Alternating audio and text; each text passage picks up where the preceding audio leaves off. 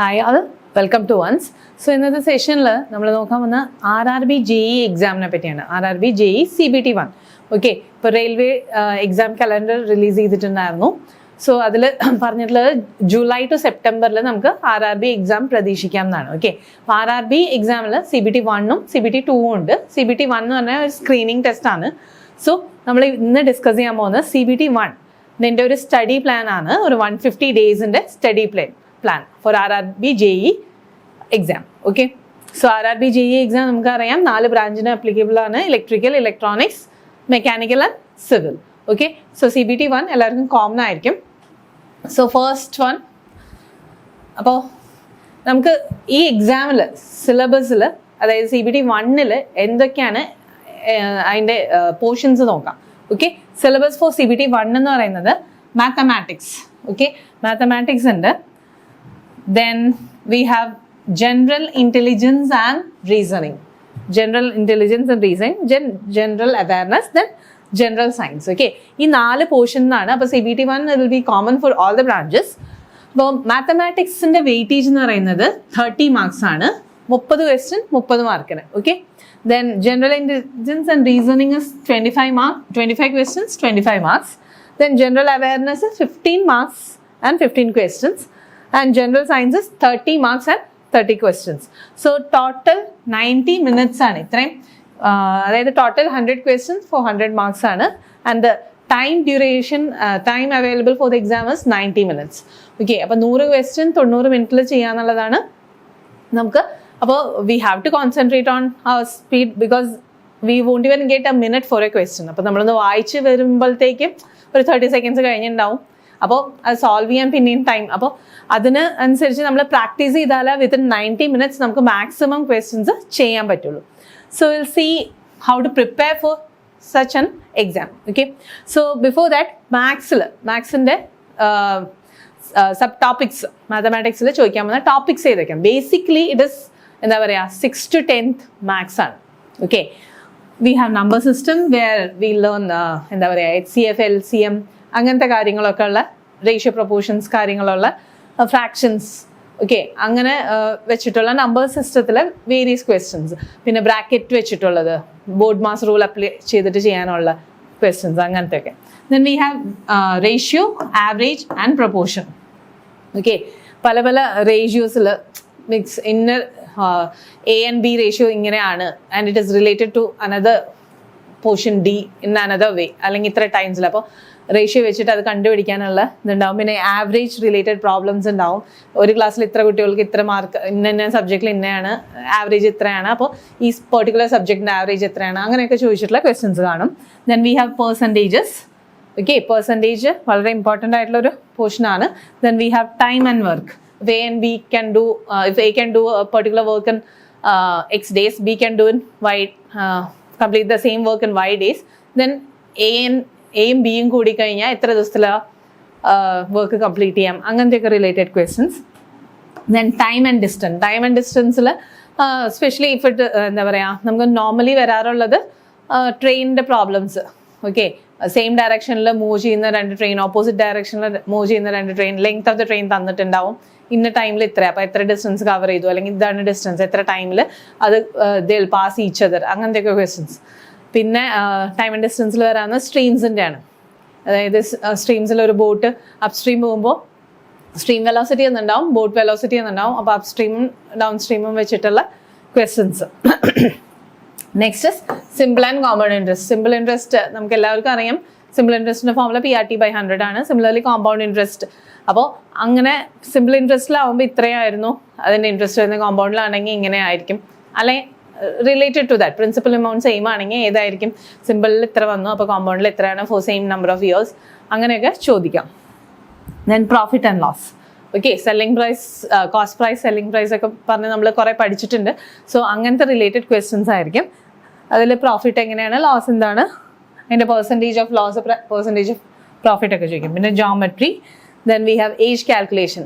Okay, a daughter is X years old, mother is 3 times plus Y times of ഈ daughter ആണെങ്കിൽ after 5 years ഇവർ തമ്മിൽ എത്ര ഇതായിരിക്കും, അല്ലെങ്കിൽ what was the original age of daughter അല്ലെങ്കിൽ മദർ എന്നൊക്കെ പറഞ്ഞ് ചോദിച്ചു കാണാം. Then next is calendar and clock. Okay, കലണ്ടറും ക്ലോക്കും വെച്ചിട്ടുള്ള ക്വസ്റ്റ്യൻസ് കാണാം. മിനിറ്റ് ഹാൻഡ് ഇതിന്ന് ഇതിലേക്ക് പോകുമ്പോൾ എത്ര ഡിഗ്രി വേരിയേഷൻ, അങ്ങനത്തെ ഒക്കെ റിലേറ്റഡ് ക്വസ്റ്റ്യൻസ്. പിന്നെ കലണ്ടറിൽ വരുന്നത് ഇന്ന ഇയറിൽ ഇന്ന മാസത്തിൽ ഇന്ന date, it was a Wednesday.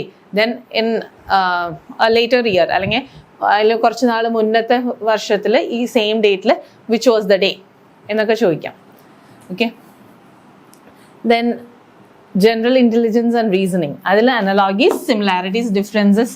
Okay, അങ്ങനെ പിന്നെ ആൽഫബറ്റ് ആൻഡ് നമ്പർ സീരീസ് വന്നിട്ട് നെക്സ്റ്റ് ടേം എന്താണെന്ന് ചോദിക്കാം. Coding and decoding. ഓക്കെ, ഏതെങ്കിലും ഒരു പെർട്ടിക്കുലർ വേർഡ് ഇങ്ങനെയായിരിക്കും കോഡ് ചെയ്തിട്ടുണ്ടാവുക. Then what will be the corresponding word options വന്നിട്ടുണ്ടാവും.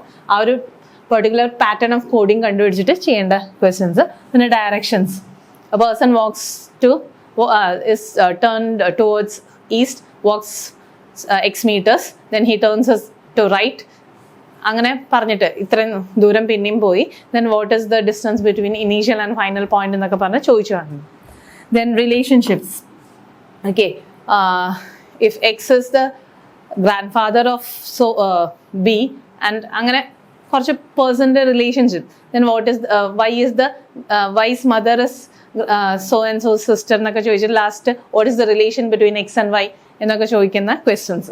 അതാണ് relationship. Then syllogism, Venn diagram നമുക്കറിയാം. ഇപ്പോൾ ഒരു എ ബി സി ഇങ്ങനെ ഡയഗ്രാം തന്നിട്ട് suppose A is doctors, B is engineers, C is mathematician's. അപ്പോൾ ഹൗ മെനി ഓഫ് intersection എത്ര പേര് വരുന്നുണ്ട്, how many of the given how many people are from both engineers as well as mathematicians, അങ്ങനെയൊക്കെ questions ചോദിച്ചിട്ടുണ്ട്.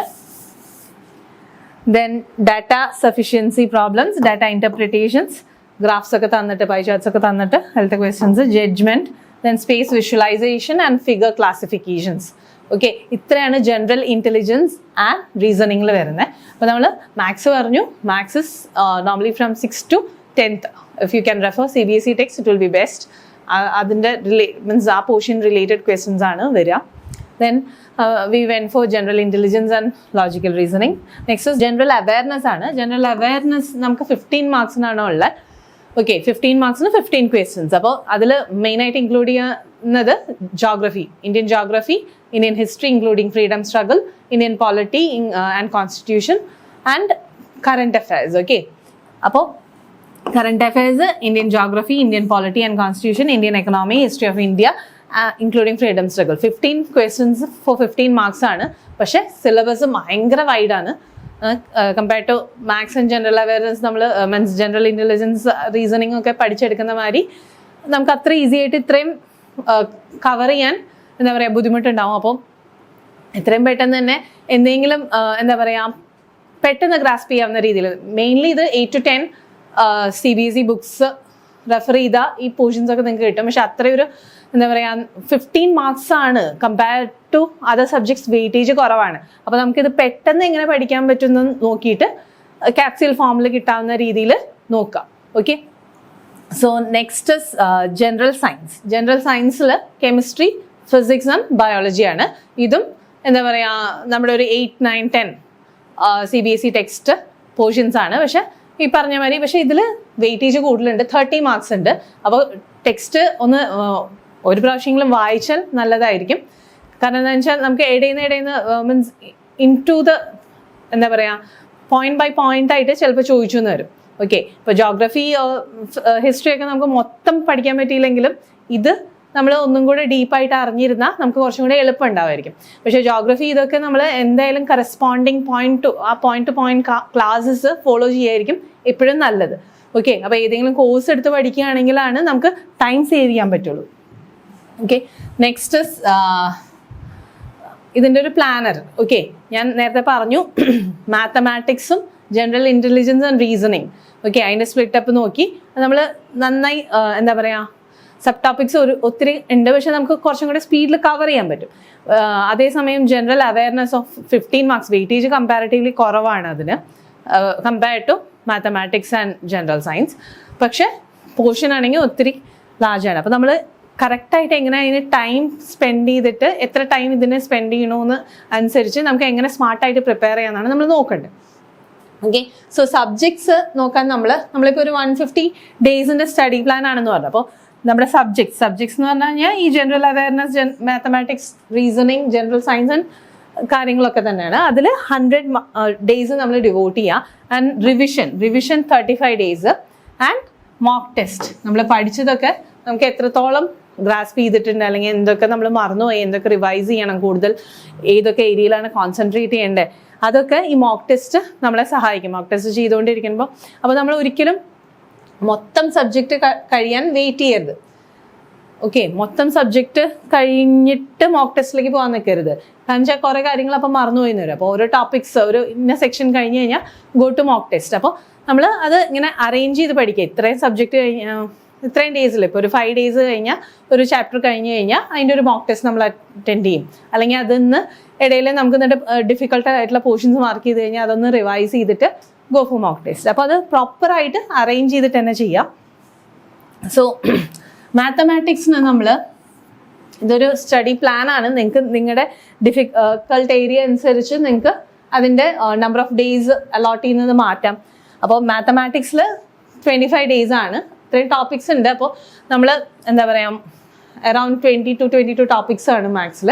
അപ്പോൾ ഓരോ ദിവസം ഓരോ ടോപ്പിക്ക് അലോട്ട് ചെയ്ത് തന്നെ പോവുക.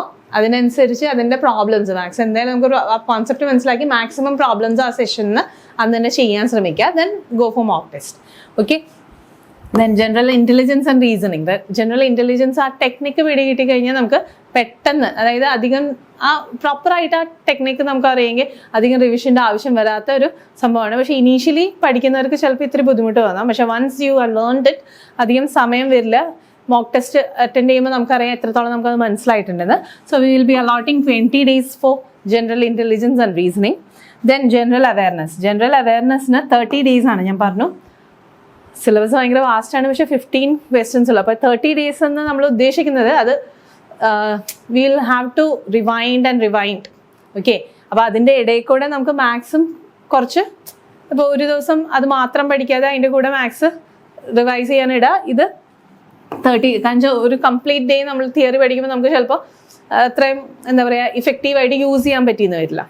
ഓക്കെ, നെക്സ്റ്റ് ജനറൽ സയൻസിന് 25 ഡേയ്സ് ആണ് പറയുന്നത്. 25 ഡേയ്സിൽ നമുക്ക് ഫിസിക്സ്, കെമിസ്ട്രി, ബയോളജി ഈസി ആയിട്ട് കവർ ചെയ്യാം. നമ്മുടെ ഒരു ടെക്സ്റ്റ് ബുക്ക് ഫോളോ ചെയ്യുക ഫോർ ജനറൽ സയൻസ്. എന്നിട്ട് എന്താ പറയുക ഷോർട്ടായിട്ട് കിട്ടുന്ന, അതായത് ഓൾറെഡി കുറേ എക്സ്പേർട്സ് വീഡിയോസ് ഉണ്ടാവും, അല്ലെങ്കിൽ കോഴ്സസ് ലോഞ്ച് ഉണ്ടാവും. ആ കോഴ്സസ് എടുത്ത് തന്നെ പഠിക്കാം. ഓക്കെ, അപ്പോൾ നമുക്ക് എങ്ങനെയാണ് ക്വസ്റ്റ്യൻസ് വരുന്നതെന്ന് ഒരു ഐഡിയ ഉണ്ടാവും. ദെൻ റിവിഷൻ, ഇതൊക്കെ ചെയ്ത് ഞാൻ പറഞ്ഞു ഫുൾ പഠിച്ച് കഴിഞ്ഞിട്ട് റിവിഷന് നിൽക്കണ്ട. അതിൻ്റെ ഇടയിൽ തന്നെ ഡിഫിക്കൽട്ട് പോർഷൻസ് റിവൈസ് ചെയ്യാൻ കൊടുക്കുക. ലാസ്റ്റ് ഒരു 10 ഡേയ്സ് മൊത്തത്തിൽ റിവൈസ് ചെയ്യാനായിട്ട് ഉപയോഗിക്കാം. ഓക്കെ, അപ്പോൾ 35 ഡേയ്സിൽ ഒരു ലാസ്റ്റ് 10 ഡേയ്സ് മൊത്തം സബ്ജക്റ്റ് കവർ ചെയ്തതിന് ശേഷം ഉള്ള റിവിഷൻ ഉപയോഗിച്ചാൽ മതി. മറ്റേ ഇടയിലുള്ള ഡേയ്സ് ഓരോ സബ്ജക്റ്റ് കഴിയുമ്പോഴും റിവിഷന് വേണ്ടി ഉപയോഗിക്കുക. ദെൻ ഡിഫിക്കൽട്ട് ടോപ്പിക്സ് മാർക്ക് ചെയ്തിട്ട് അത് റിവൈസ് ചെയ്യാം. ദെൻ മോക്ക് ടെസ്റ്റ് ഇടയിൽ കൂടെ ചെയ്യാൻ പറഞ്ഞിരുന്നു. ഓരോ സബ്ജക്ട് വൈസ് മോക്ക് ടെസ്റ്റ് ചെയ്യുക.